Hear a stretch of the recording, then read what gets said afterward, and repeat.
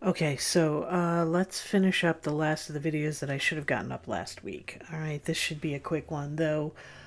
We are going to need to review polar coordinates. If you need a more extensive review of polar coordinates, there is a couple of review video, maybe just one review video in the supplemental section that goes over in more detail what polar coordinates are about. But just a quick review here.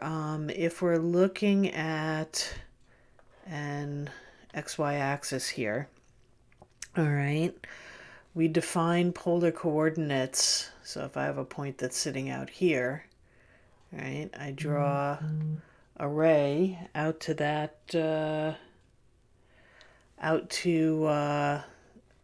point, and I look at the length of that line segment, and I look at the angle that that line segment makes with the XY axis, and then I can define that point there as r theta. And I can do that for any point in the XY plane. All right, so we end up with the relationships x squared plus y squared equals r squared, right? If this point has an x and a y coordinate like that. X is r cosine theta, and y is r sine theta. All right, really, that's what we need to remember, okay?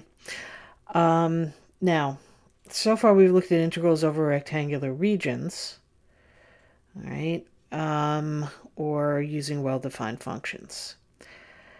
If the region that we're integrating over is circular, or we're dealing with a function that is implicit or not well-defined, or we're dealing with a polar function, then we need to see how to convert a rectangular integral to a polar integral. All right, and that's the goal here. So, for example, if I wanted to integrate, let's see if I can do this. Suppose I have, this is always my mistake. I should always draw the circle before I draw the xy coordinates, but we'll just say that's a circle. All right, and let's say it's a circle of radius 1. All right, if I want to integrate this, I don't have an actual function. So to write this as a double integral, right, rectangularly, I would have to look at the top half of this and the bottom half of this separately, right? So y would have to go from 1 minus the negative of the square root of 1 minus x squared to the positive square root of 1 minus x squared. And then x would go from negative 1 to 1. All right, which, okay, that's fine, but that's going to lead to some messy integration. All right, if we take this, because it's circular, if we take this from rectangular to polar, then what am I looking at here? Well, my r and my theta, right? Why isn't this working? And my theta, right? R is going from 0 to 1. If you think about how r comes out here, right? Starts here, goes to there, right? And theta goes from 0 to 2 pi. That takes us all the way around the circle. Okay? And this is going to be much simpler to deal with. So again, depending on what your integral looks like, this might be an option for you to simplify the integration, or at least to, I don't know if simplify is always the best word,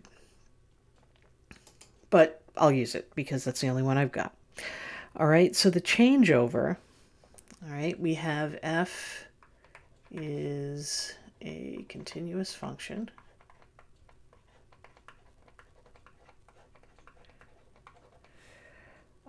on a region, right, on R, and we're going to define R to be a polar region, all right, so that is R theta,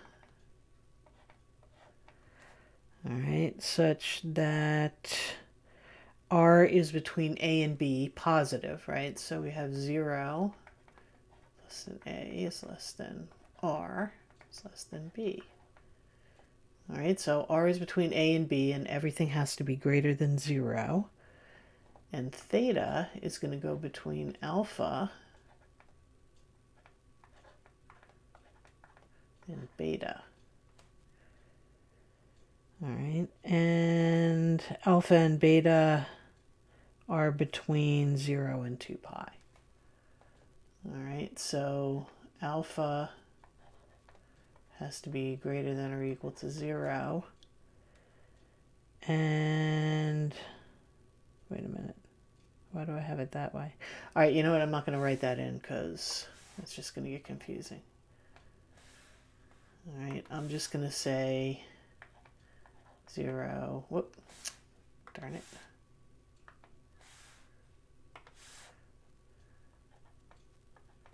Alpha and beta and 2 pi. Just do it that way. Okay. All right, then what we have is our, hang on a second. Oh, I see. Okay. I see what I wrote. It doesn't matter. All right, then my integral over R of f of xy dA, right, which is our general notation for a rectangular integral, becomes the integral from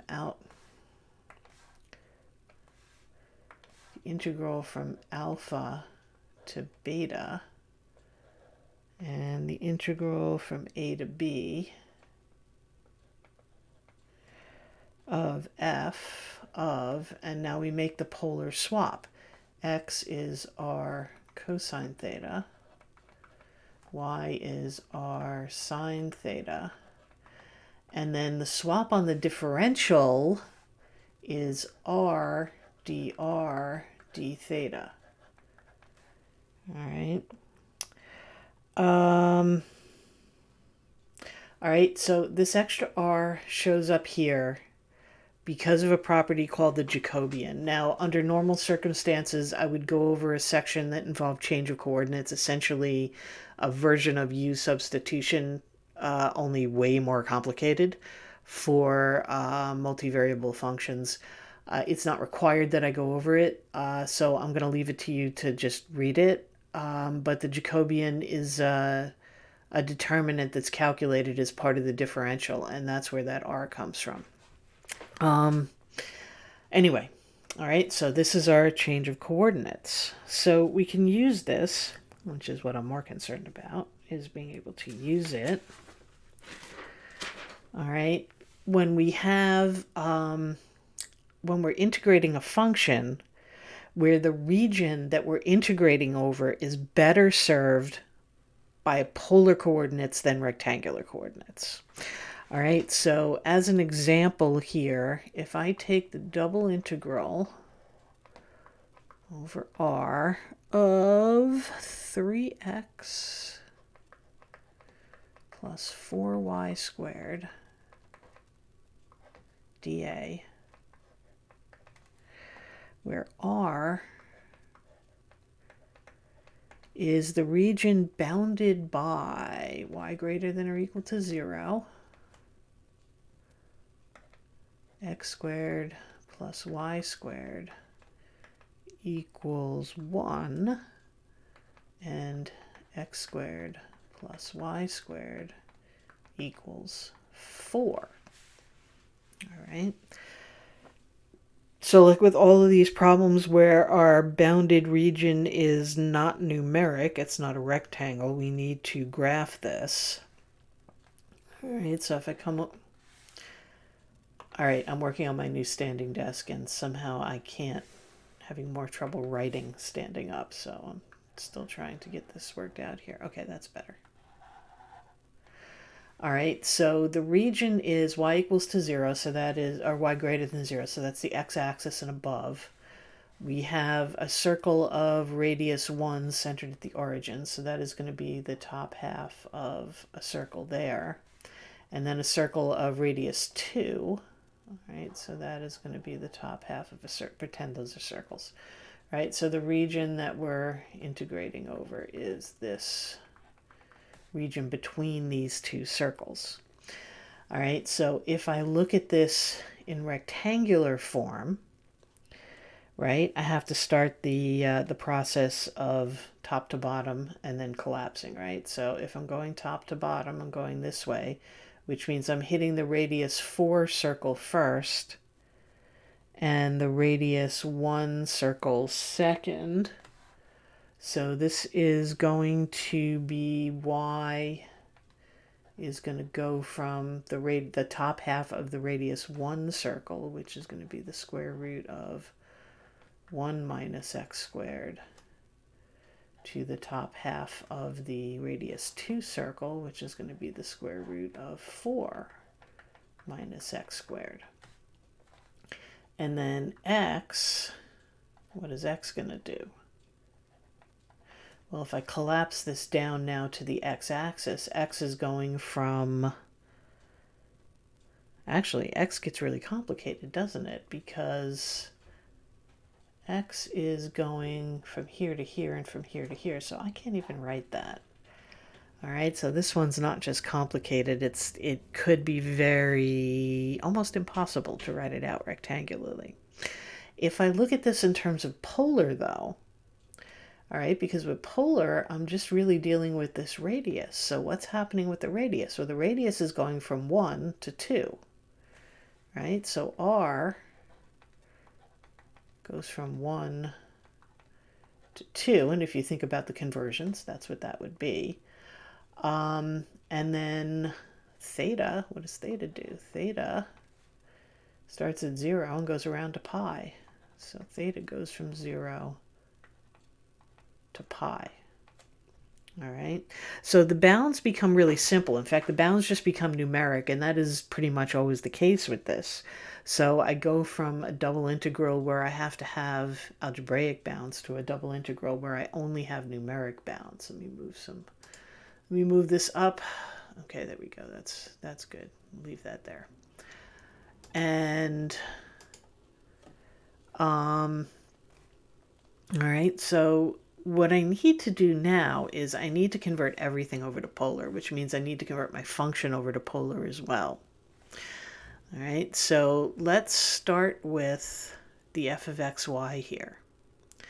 All right, x is r cosine theta. All right, so this inside part becomes 3r cosine theta plus 4, and then y is r sine theta, so that's going to be 4r squared sine squared theta. All right, so there's my function converted over. My differential becomes r dr d theta. All right, we're not going to swap the order around on these ever. And so my inside integral is r. So that's going to go from 1 to 2. My outside integral is theta. So that's going to go from 0 to pi. All right, so I can set that up now as a numeric integral, which is actually very helpful. All right, so I need to do the inside integral. Which one did I do first here? I think, yeah, I did r first. Okay. All right, so let's multiply this r through, right? This r has to get multiplied through first. So that's going to be 0 to pi. That's going to be 1 to 2. So that's going to be 3r squared cosine theta plus 4r cubed sine squared theta dr d theta. Okay, If I integrate this with respect to r, right, theta is a constant, so I can leave those trig functions alone for the time being. So I'm going to have 0 to pi. 3r squared becomes r to the third.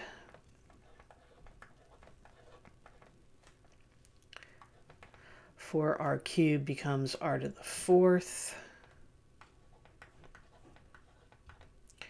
And then that's being evaluated from 1 to 2. All right, so if we sub those in, okay, if we sub those in and simplify, we end up with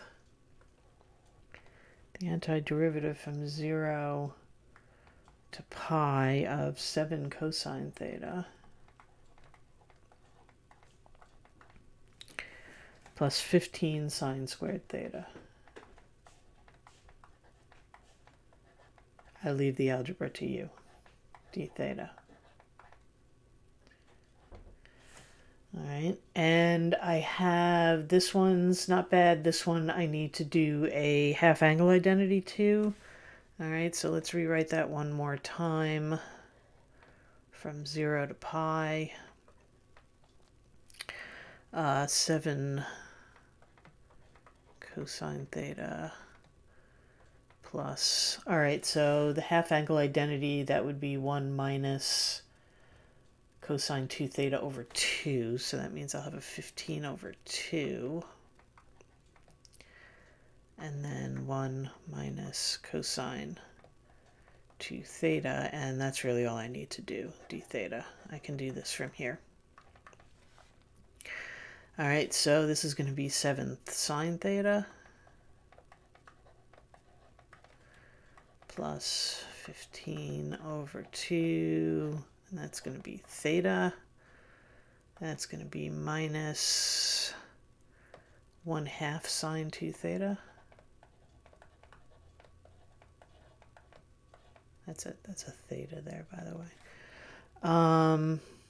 And then we're evaluating that from 0 to pi.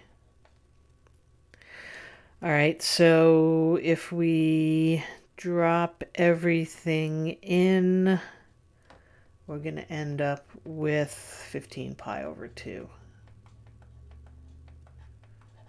All right, and that would be your answer there.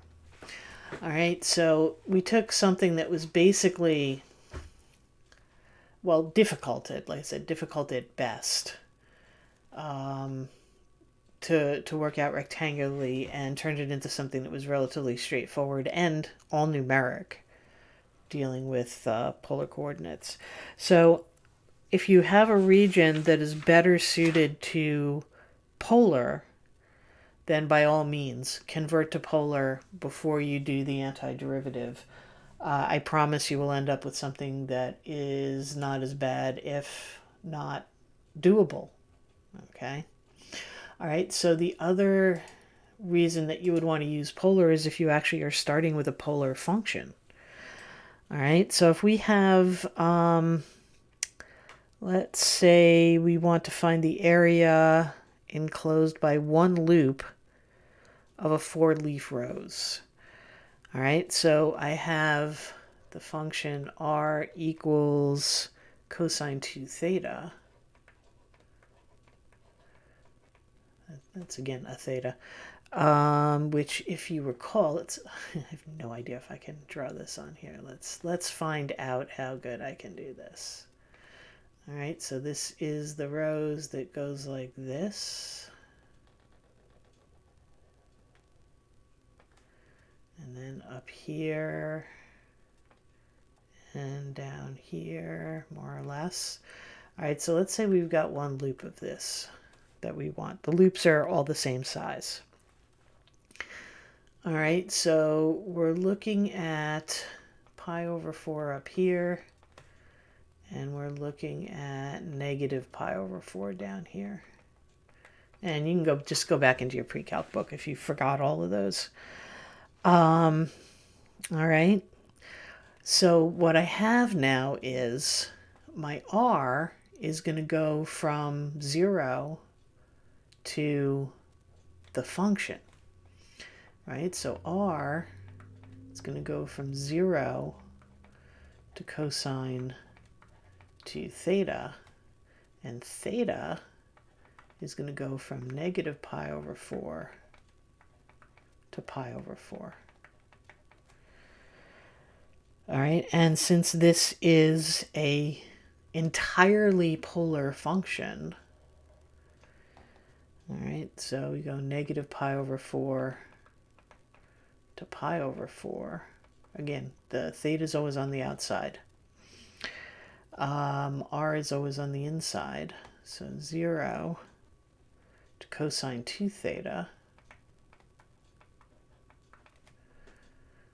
Right? And then we're just doing the differential in here. So r dr d theta. Okay. All right, so we end up here, if I work this out, let's see what we end up with. Well, that's going to be r squared over 2, so 1/2 r squared from 0 to cosine 2 theta d theta. Let's see, so negative pi over 4 to pi over 4. All right, so at 0, that's going to be 0, so this is just going to be 1/2 cosine squared 2 theta d theta. And again, this is one where I have to use the half angle identity. So minus pi over 4 to pi over 4. All right, so the half angle identity would make that 1/2, which square it, that would come out as 1/4. So that means in here I would have 1/8. Hang on. Did I make a mistake there? I did. Oh.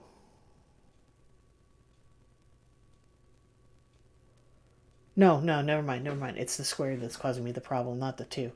I'm sorry, that would come out as a half, so that would be 1/4.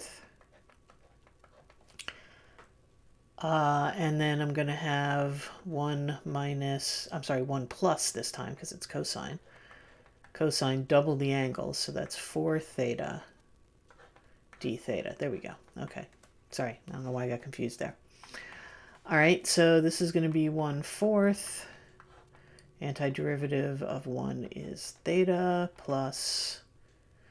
Okay, so this is going to be 1/4 sine 4 theta, evaluated from negative pi over 4 to pi over 4. And again, if you plug these in, work out the arithmetic, you will get pi over 8. All right, so there is your answer for that. So if you're dealing with a region, a rectangular function, and a region that is better suited to polar coordinates, use polar coordinates. If you're dealing with a polar function, then you have no choice but to use polar coordinates. Okay, I'm going to stop here. This catches us up, and we are going to move on after this to cylindrical and spherical coordinates to deal with functions of 3 variables.